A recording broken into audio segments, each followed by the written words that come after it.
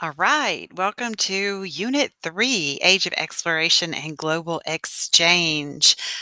This video is going to help introduce you to the Unit 3 vocabulary terms. And then, of course, we will do our best to connect them throughout the unit. The first thing for you to understand is the Age of Exploration occurred pretty much during the same time frame that we were studying with the Renaissance and Reformation, the shift in thoughts from sacred to secular, from the church ruling your life to humans having importance in the way life goes, set the stage for the age of exploration. This background map just kind of gives you an overall idea of what exploration would look like. Okay. So here's our vocab terms. You're going to get a copy of these. Um, we are going to go over every one of them except the encomienda system. We'll probably learn it, but I'm not going to, beat it in your head for a vocab term while we are doing virtual learning. It's a hard enough term to understand when we're working face to face, and we can actually play the vocab games regularly so that you start to get them. So we will go over route, conquest, mercantile, and mercantilism. They go together. Epidemic, pandemic, you should probably understand with our current life, impact, colony, missionaries, and interdependence. Okay, so route or route. Tomato, tomato. You can say it either way. You can say it's a route or you can say it's a route. So our definition is a course, path, or way from one point to another. And you can see some images that I've given you here of routes. So this is a literal, going from one point to another. Okay, this is like if you were driving in town, you were a delivery person, and you wanted to get from point A to point B, you might take this route. Or, of course, if you could take a little shortcut here and take the one with the black dotted lines. And this is a picture of a highway across the United States. So that is another form of a route. A road, a highway, interstate, those are all forms of routes. So at the age of exploration, of course, we're going to learn about the routes that they took and, how they discovered things based on which route they were trying to take. So a course, a path, or a way from one point to another. Conquest. Conquest, our definition is taking by force. Conquer is the root word for this conquest. So taking by force. You also see some images. This is, a painting of a conquest. This is some artwork. This knight conquering these natives. So we're going to see that. This is probably Spanish or some other European country. And then in little clip art here of this guy conquering, this business guy conquering these other business guys. So conquest, when you take it by force or you conquer.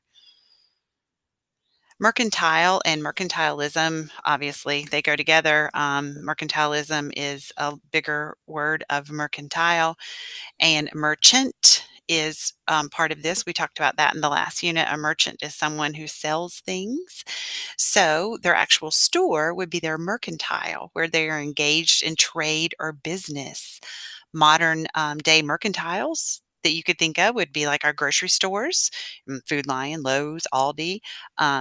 Our big businesses like Walmart, Target, Lowe's, home improvement stores, your smaller businesses, like your individual businesses, food trucks, those would be a form of mercantile. So you have this image, of a little shop here, which would be a mercantile. Mercantilism, trade or business practices, and it usually impacts the economy of the town. And these are two images of mercantilism. We are going to see this in the age of exploration, but because we're going to have these European countries that we're going to call mother countries, and they're going to send people out from their countries once they start learning how, not learning, once they start their exploration and they find places that they want to build up their own new towns in the name of the European country.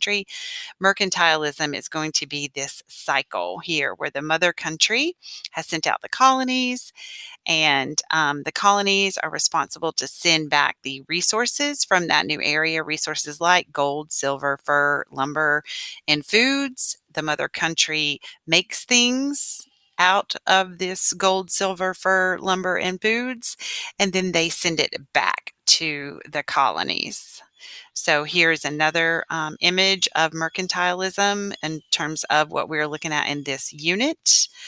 So you have the mother country's treasury. The whole idea of mercantilism is to grow the economy of the mother country, somewhere like Spain.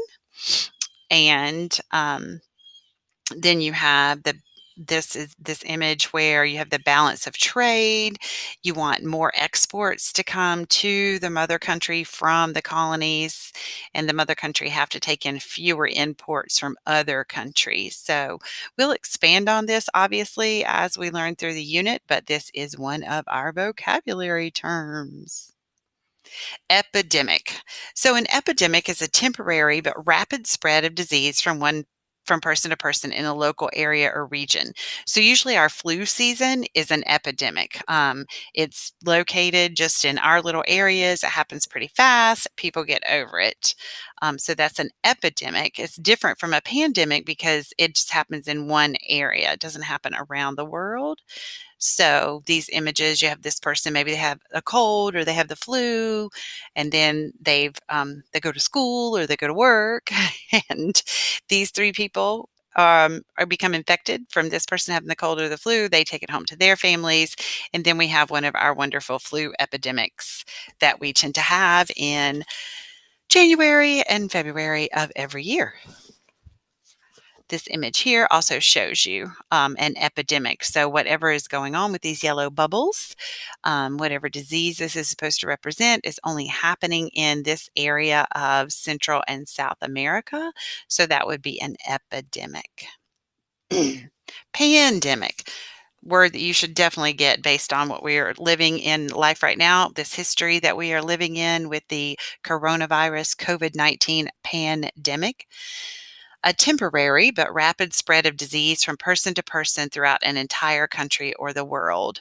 Although this doesn't feel very temporary, if we think about it, we've really only been involved in this since March. So April, May, June, July, August, September, October, we're going into 7 months. Still temporary. It's not permanent at this point.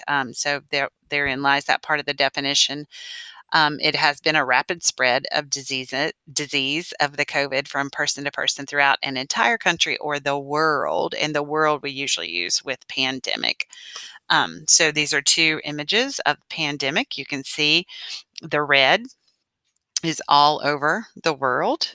And then this is a key from a map of I think it was, I think I want to say it's the 1918 flu pandemic where it went across the world. So you can see areas of the world with green had no deaths, yellow 1 to 10, this kind of army colored green 10 to 100, orange 100 to 1,000 deaths, and red 1,000 plus. So you can see whatever disease it was. And like I said, I'm pretty sure I pulled this one from a 1918 flu pandemic or something close to that.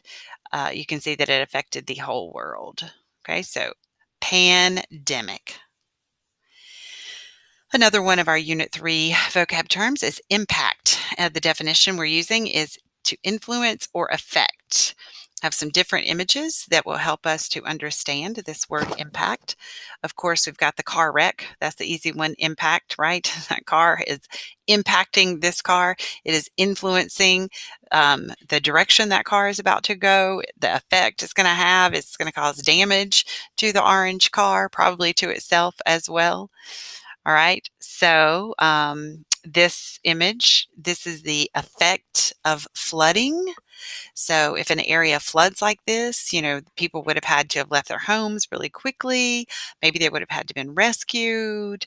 It affects, people have had to go and find some other place to live. When the flooding goes down, their homes are going to be damaged from the water. So the impact of flooding, it has influence or effect. This image, you can see the lady is influencing these people. They are following her. So she's having an impact on their lives, their thoughts, their beliefs, their actions. And then I love this one, of course, the ripple effect. When you throw a pebble into calm water, and the water then ripples out because of that one pebble, and the ripples go really far. So that one pebble causes a large influence or effect on the still water. And this quote, we can all be that pebble in the pond. So we can all have a huge impact on other people, even with just a small behavior. That's one of our Unit 3 vocab terms. Colony. I mentioned colony when I talked about mercantilism a few slides back. So our definition, a group of people who leave their country to settle in a new land, but continue to keep political, economic, military, and social connection to the country they left. In other words, they go out to form a new land in the name of their original country. You can understand this when you think about our country and how we began. I've got the little image here with what we call the Pilgrims and coming off the Mayflower. They were actually representing European countries. Britain would have been that one, or Great Britain, England, you think of it. And that's why we have places named like New England, because they were starting a new England, literally. The England that they were setting up here was supposed to, still follow the king of England. So that's to keep in the political. So they would still follow all the laws that they had followed under the King of England. In fact, British soldiers came along to help keep that law and order going. That would have been the military. Economic. So, like I showed you with the mother country, which we'll look at again later, the colonists would have sent back resources that they found in America or the New England that they established, and would send it back, and that would help the economy of England. And they would have brought some of their culture, all of their culture, to this new area, and that would keep them socially connected to England. So I also have an image of the 13 colonies and the key. We're actually going to look at this in a little bit more depth through the unit, but you can see these different colors show you the different European countries that they were connected to. So the yellow is England. These colonists were connected to England. These were the New England colonies. You can see that the orange was Spanish territory. Let's see, let me flip to my notes that we're going to do, and I can actually help you with this a little bit better. So, the New England colonies. Okay, these purple, this New York, actually New York was a Dutch colony. Okay, the southern colonies were connected to England as well. We've got Delaware was connected to Sweden. Yep. So that gives you a little bit more of an idea of these people settling in the name of Sweden, the Dutch areas, England, and Spain. So they would have brought their languages, they would have brought their customs, they would have brought their laws, and then they would each be sending back resources to help those different European countries. Colony. Missionary or missionaries, a person sent by a church to a new area to gain converts, believers to the church. So you see images here of different people who are believers. They're Christians. We've seen the Protestant Reformation. So you've got the Roman Catholic Church. We also have all the different Protestant churches like the Lutherans and the Moravians and the Baptists and the Methodists and the Episcopalians. And during this time period of exploration, these church members are going out on the boats with the explorers, and the attempts to convert people in these new areas to being believers of their belief in Christ and to follow their church. And we'll understand more about this when we look at the reasons for exploring. There are 3 G's. Gold, glory, and God. And that's we'll connect that with the missionaries. So there's our term that we're going to have in this unit. And then I think this is our last one. I think interdependence, a common reliance between things, people, or groups. Each needs the relationship for some reason. So that mercantilism we're going to see is interdependent. The mother country and the colonies are interdependent. These two images that I give you, of course, the one on the right is very much science oriented, nature, the ecosystems and the biomes that you learn about in science. But in this one, you see the cycle of interdependence. So you have the humans planting, well, actually, the beginning thing, I guess, is we have the oak tree, which has the acorns. And the acorns fall to the ground. These acorns feed deer mouse. They feed the white-tailed deer. They also attract the deer tick. Humans, hopefully plant more of these trees, which will bring more deer mice, and unfortunately more ticks. So each of these would grow. Of course, we have some of us humans who eat deer meat, so we have an interdependence there. But each of these things are sustained by the oak tree, which grows its acorns. Then you have this image. I like this one because if you've learned anything about me yet, you know that I like coffee and I start my day with it. I'm not one of those that drinks it all day. I just drink it in the morning, but I like my coffee. So we have this image of interdependence.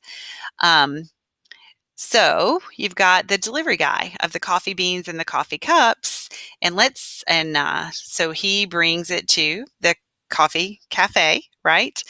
You have the worker who needs the business, or maybe they own the business, the owner of the business. And then you have the patron of the business. So you have the lady coming to buy her coffee, and each of these positions are dependent on the other one. Let's say we have, oh my goodness, we can use our pandemic example, right? So the coronavirus comes through and the governor shuts us down, and we're must stay in our homes. So this lady and ladies like her would not be coming to the Coffee Cup Cafe to buy coffee. So the store owners would not need the delivery guy. He would not need the coffee beans delivered. He would not need the coffee cups delivered because he doesn't have anyone allowed to come out to buy his coffee. And possibly, as we have seen, he may have to close the doors of his coffee shop because he's not making any money during the pandemic. So you can see how each of these are dependent on the other one. The more customers that come by his coffee shop, the more sales he makes, of course, is the more money he's going to make, and the more he's going to need the delivery guy to come by for the coffee beans, to deliver the beans and the coffee cups. So, as I told you, that was the last one. So, there's just a little intro video to our vocabulary terms. You watch this today on Tuesday, and we'll do some work with these tomorrow together. And then you're going to have a non computer assignment with your vocabulary like you did in the last unit.